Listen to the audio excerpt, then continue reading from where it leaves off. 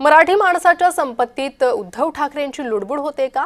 संपत्तीतील ठाकरेंची लुडबुड उपेंद्र पावसकरला नापसंत पडली। मीनाताई पुतळ्यावर उपेंद्र पावसकरनं राग काढला। पोलीस सूत्रांनी जय महाराष्ट्रला ही माहिती दिलेली आहे।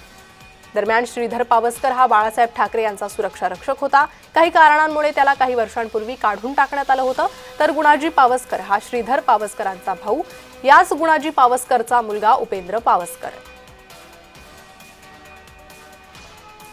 तर उद्धव ठाकरेंची संपत्तीतील लुडबुड या रागातून उपेंद्र पावसकरने पुतळ्याची विटंबना केल्याची माहिती पोलीस सूत्रांनी दिली आहे।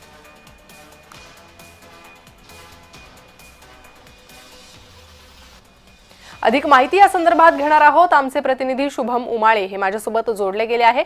शुभम, काय अधिक माहिती आहे? आपण बघू शकतो आणखी या ठिकाणी महासाहेब ठाकरे यांच्या पुतळ्यावर रंग टाकण्यात आला होता आणि काल जे आहे एका संशयिताला जे आहे अटक करण्यात आली होती। खरं तर त्याला चौकशीसाठी समोर घेतलं होतं, पण मात्र चौकशी करत असताना त्याला जे आहे अटक करण्यात आलेली आहे। उपेंद्र पावसकर असं हे आरोपीचं नाव आहे आणि खरं पाहायला गेलं तर संपत्तीच्या वादात ठाकरे कुठेतरी हस्तक्षेप करत होते असला आरोप जो आहे तो त्यांनी केलेला आहे। खळबळजनक आरोप जे आहेत ते त्यांनी केलेले आहेत। कुठेतरी ठाकरे यांचाच पाय या प्रकरणामध्ये फसताना जो आहे तो दिसून येतोय आणि खरं तर श्रीधर पावसकर हे बाळासाहेब ठाकरे यांचे सुरक्षा रक्षक होते।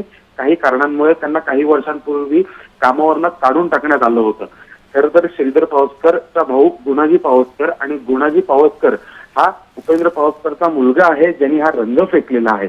कुठेतरी आदित्य ठाकरे आणि उद्धव ठाकरे हे एका आर्थिक वादामध्ये जे आहेत सातत्याने लुडबुड करत होते आणि या संबंधातच सातत्याने पावसकर हे दादर पोलीस स्टेशन मध्ये जात होते तक्रार करण्यासाठी, पण त्यांची तक्रार घेण्यात येत नव्हती असं देखील त्यांनी यामध्ये सांगितलं आहे। आणि अजून अनेक खळबळजनक दावे जे आहेत ते या ठिकाणी करण्यात आलेले आहेत, पण मात्र रंग टाकण्या प्रकरणी जे आहे आता त्यांनी कबुली दिलेली आहे आणि या प्रकरणाला एक नवं वळण आलेलं आहे।